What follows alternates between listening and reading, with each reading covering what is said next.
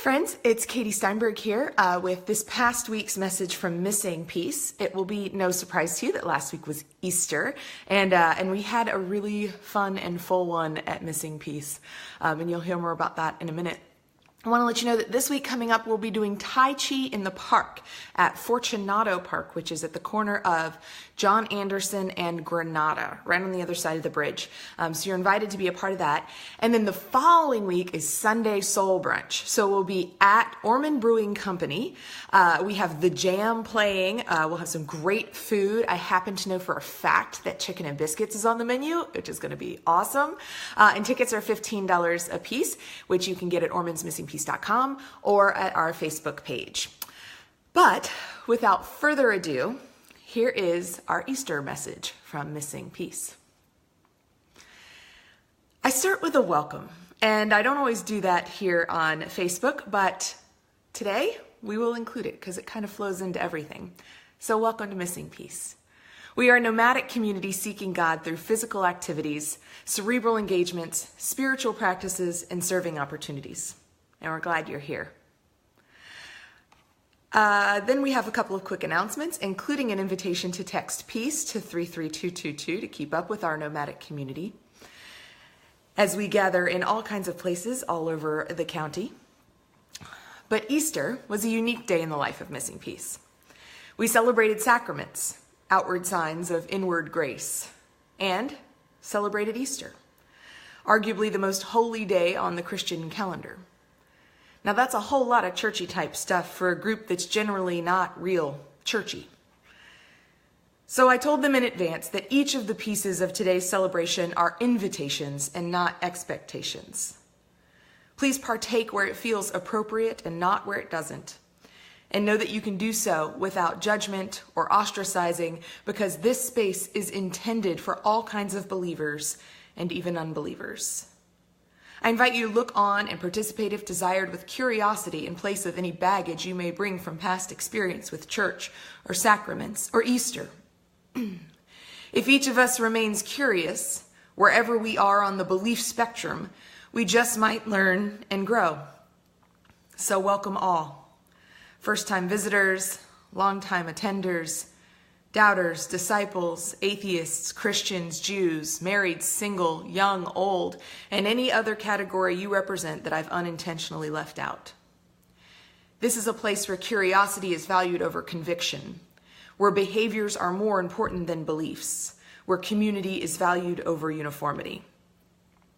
So wherever you are or aren't on the belief spectrum, I invite you into a story, one that's ancient roots encourage the questioning of it, one that echoes through the cyclical nature of life, nature, learning, the cosmos, one that beckons to us to live a life of value beyond what we can earn or produce, but instead what we can give and create.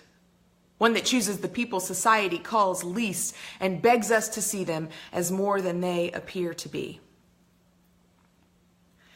So I invite you to take a moment just to deepen your breath, and you can do this at home, but just to think about that essential function of our livelihood that we take for granted and that so often is just these shallow sips of air that get us through life. But instead, for just a moment, take one or two very deep breaths and remember that your capacity is so much greater than the shallow sips of life that we take that just get us through. I followed that up by telling our group on Sunday about a story the night before Jesus was executed. He sat around a table with his friends, having a meal and wine, and he told them, "You guys, we've done a lot. We've changed a lot of lives. We've questioned the authorities that exist. We've pushed back against oppression. We have fought systems that hold power over the least. And they're going to kill me for it. Let's not ever forget how far we've come and how much we've done." And then he poured wine.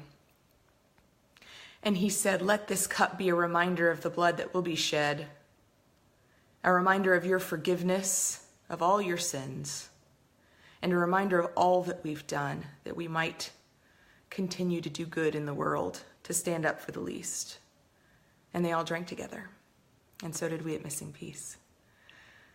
And then he took bread and he broke it and he said, "This bread represents the sacrifice for this community, for God, for all the people who will follow after, who we hope to inspire. And it stands for all the structures we've pushed back again that continue to oppress." And he blessed the bread and he broke it and he shared it with his friends. And he said, "Do this in remembrance. Let us never forget how far we've come, how much we've done.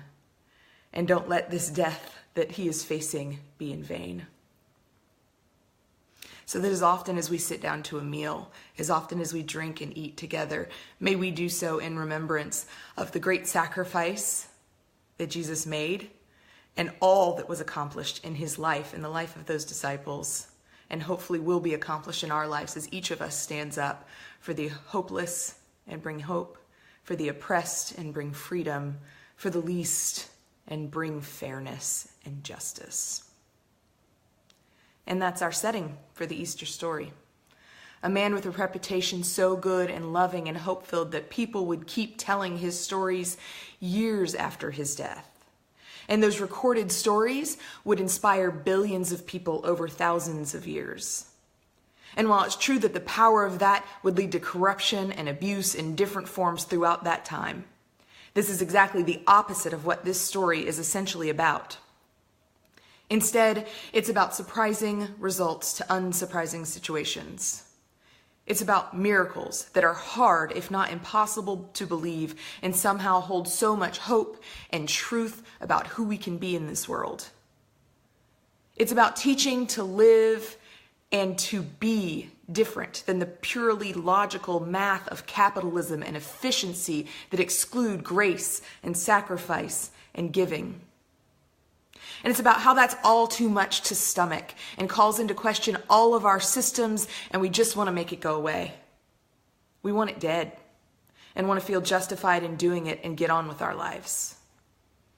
And perhaps most importantly of all, remembered by people all over the world, is that this thing, this hope, this light, this call to better and different, the needed miracle, the spark when all seems dark, the anomaly won't stay dead. We try to squash it, hoping that it will take our guilt and shame with it. We blame it on the most ugly parts of what humanity has done with it. We hide from it because showing up is risky and it might not work, and parts of it don't make sense, and then we don't have to think. But this, it won't stay dead. Miracles still happen. The impossible is possible. The darker it gets, the more light we see. The spring still comes, the tomb is still empty, and there's still more creation and destruction in this world. It won't stay dead. And part of us is so glad it won't. Because we need that hope, and our truest selves want to show up. And even when we feel like we're faking it, it's worth it. And we are shaped and created and continually transformed. And we keep coming back because the journey is never done. And we crave the external confirmation of what our truest selves has always known. We have a Missing Piece family last Sunday who desired their child to be baptized into these beliefs. We talked it over carefully, and I want to be clear. This is not some safety net effort on their part to try to secure their piece of eternal paradise, but instead making a commitment to live their lives and raise their children to be part of the kingdom here and among us, which Jesus' life announced. This is not some effort to mark themselves or their children with some godly stamp of approval, but instead an admission of their and this world's imperfections, and the hope for something better in community with God and each other. This is not special water or magic words or pastor powers, but instead an outward sign of inward grace, marking the moment before God and these witnesses, where we announce an intention to live into a life of hope and peace, leaning on the community we are surrounded by, the teachings of Jesus, and a God who loved us first. And is there any more appropriate time to announce their intention to live a life counter to the cynical and hopeless, in opposition to the power-hungry, and instead choose one that serves and loves and says we are all God's children, than the same day we announce that the hope, the light, the love, in a word, Jesus, won't stay dead? Not unlike marriage, this family committed their lives to living into that message, that hope, that love. Despite a cynical world that laughs and tries to convince us that its way is the only way. But we know there is another way, a way we learn about from Christ, from doing good in the world, from each other, and from the deep truth inside each of us. And that family today responded to that truth with the sacrament of baptism. And then we all went outside to the fountain out in the park, out in front of the building we were meeting in, and participated all together in baptizing this sweet child, and collected a little gift from her from nature. We take a little bottle, a little jar, and everyone spreads out and collects something that reminds them of this day and gives it to the family to put in that jar and tells them a few words about why they care, why it matters, and things to remember and hope, and makes their own pledge to help support this family and this child in their growth and goodness. And then we concluded with brunch and an egg hunt and a few closing words with our group. I don't know if many of you know, but we end each week by saying, happy am I, healthy am I, holy am I. Not because that's who we think we are at that moment or all the time, but because it's who we want to be and who we believe in our deepest selves we have the ability to be. And that was it for Sunday. A full but glorious day that we gathered together. As many of our times gathered together are so meaningful. And I love how many of you stay connected here online. But I also want to invite you to come in the flesh. For those of you who live farther away, if you're ever in town, please look us up. And for those who are local, come sometime. You're invited. This week we're doing Tai Chi in the park at Fortunato Park. And next week is Sunday Soul Brunch at Orman Brewing Company. So keep a lookout online, either ormansmissingpiece.com or Facebook or Instagram or Twitter or YouTube for all the details on how to be involved and to come check us out. Grace and peace, friends.